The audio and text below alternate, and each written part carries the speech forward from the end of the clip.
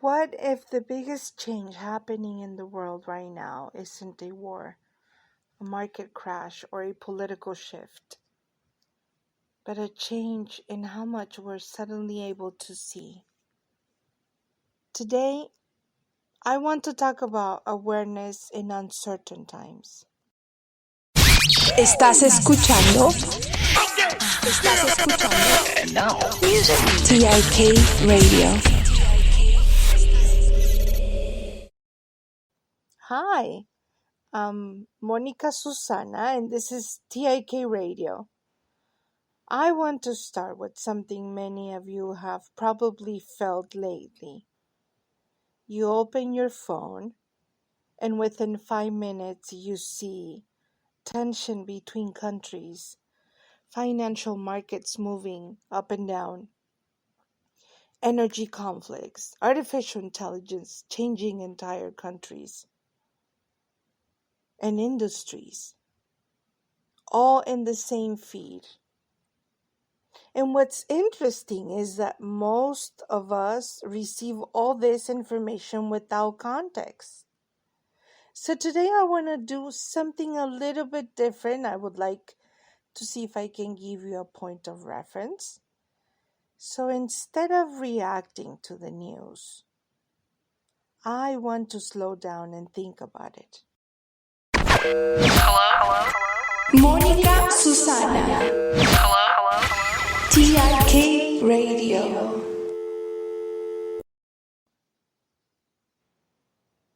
And let me start with the question I asked myself recently.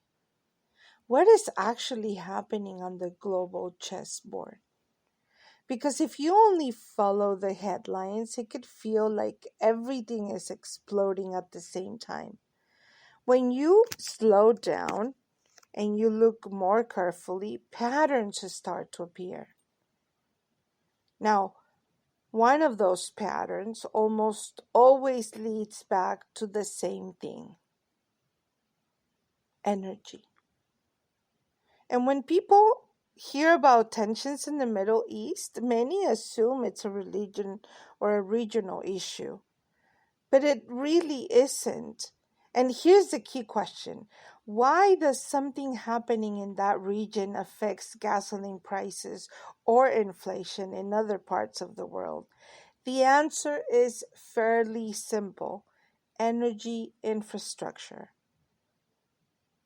And a significant portion of the world's oil supply moves through strategic routes like the Strait of Hormuz. So that means any tension in that region can ripple through the entire global economy. Energy prices rise, transportation costs increase, and eventually, those pressures show up as an inflation. So here's the first question I would like you to think about: how much of the global economy is actually connected to energy security? And when energy becomes uncertain, financial markets tend to react immediately. Recently, there was an interesting development involving one of the largest investment firms in the world, BlackRock. Temporarily limited withdrawals from one of its large private credit funds after investors requested more redemptions that the fund typically allows within a single quarter.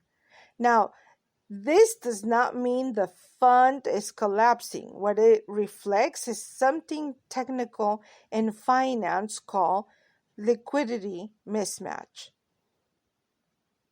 Many private credit funds invest in loans that cannot be quickly sold. So when many investors request withdrawals at the same time, the fund has limits on how much capital can leave at once. Now, the key point here isn't the event itself. It's what it may signal.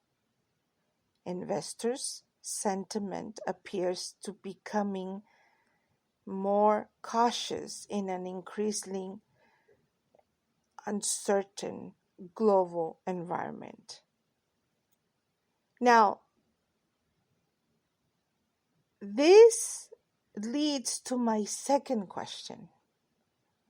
So when investors begin asking for liquidity at the same time, what might they be seeing that the rest of the market hasn't fully recognized yet? And this is where the analysis becomes even more interesting, because we might not actually be witnessing traditional wars anymore. Many geopolitical analysts argue that we are entering a different phase, what they call hybrid conflict, where the power is not measured only in armies, it's also measured in economy leverage and energy control, information, technology. And the competition nations now happens in markets and supply chains and digital infrastructure, just as much as on traditional battlefields. So here's another question to consider. Are we witnessing traditional wars or the emergence of something fundamental different? And, while all of this is unfolding around the world, we experience it through our phones in real time. And here's something that almost nobody talks about it.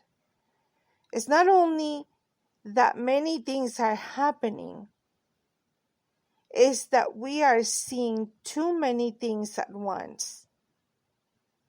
Never before in human history have people consumed this much global information every single day. Wow. Which raises another important question. Are we actually living through more crises? Or are we simply the first generation able to see the entire planet, the planet challenges at the same time? This has consequences, not only political or economic consequences, human ones. According to the World Health Organization, nearly 1 billion people globally live with some form of mental health condition. Anxiety has become one of the defining features of modern life. Part of that anxiety may come from something very new in human history. Constant exposure to global uncertainty.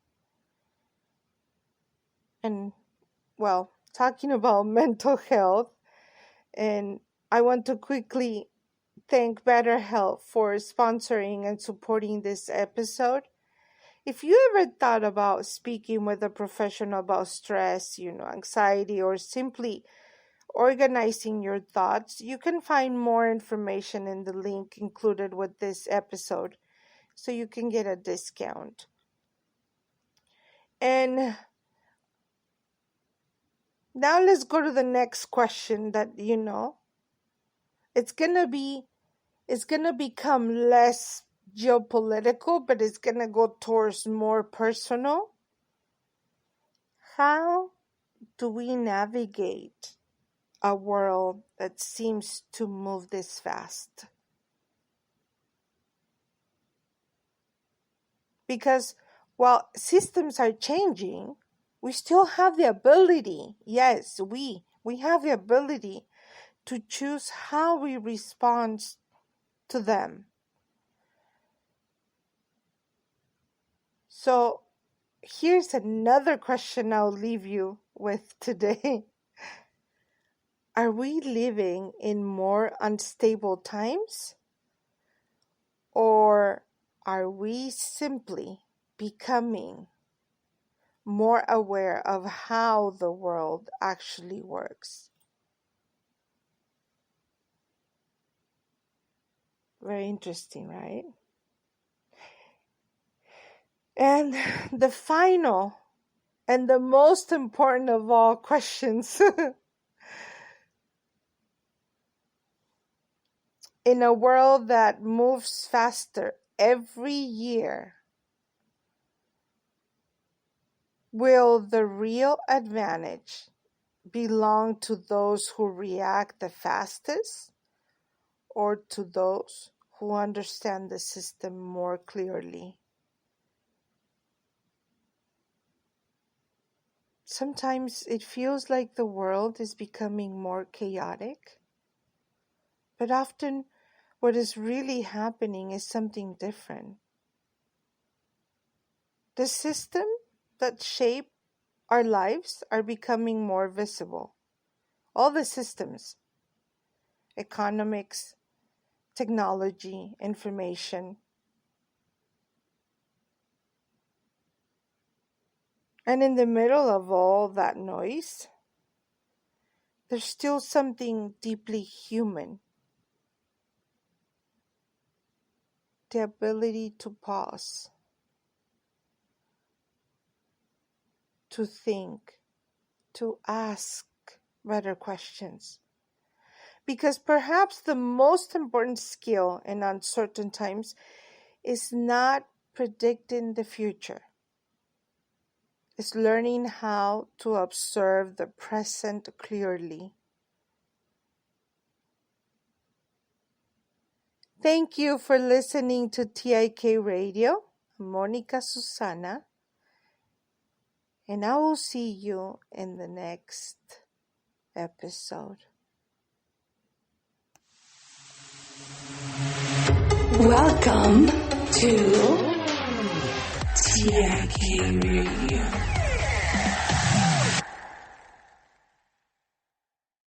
Hey TIK Radio community, today's episode is proudly sponsored by BetterHelp. Because taking care of your mental health is just important as hitting the gym. Starting therapy can be challenging, and that's why BetterHelp is here to make it easier for you. Whether you prefer phone calls, video chats, or messaging, BetterHelp connects you with a licensed therapist tailored to your comfort. With over 30,000 therapists in their network, you'll have access to a diverse range of expertise right at your fingertips. Just fill out a quick questionnaire, and in most cases, you'll be matched with your therapist within 48 hours. And what's great?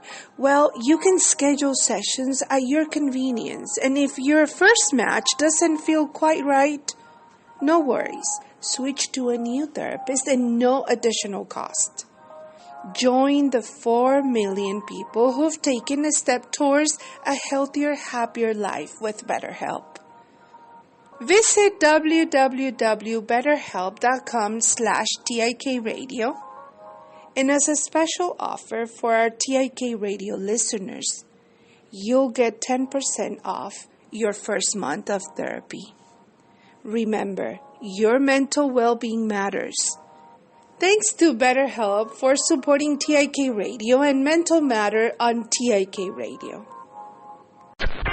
Bye-bye. And until the next live, TIK Radio.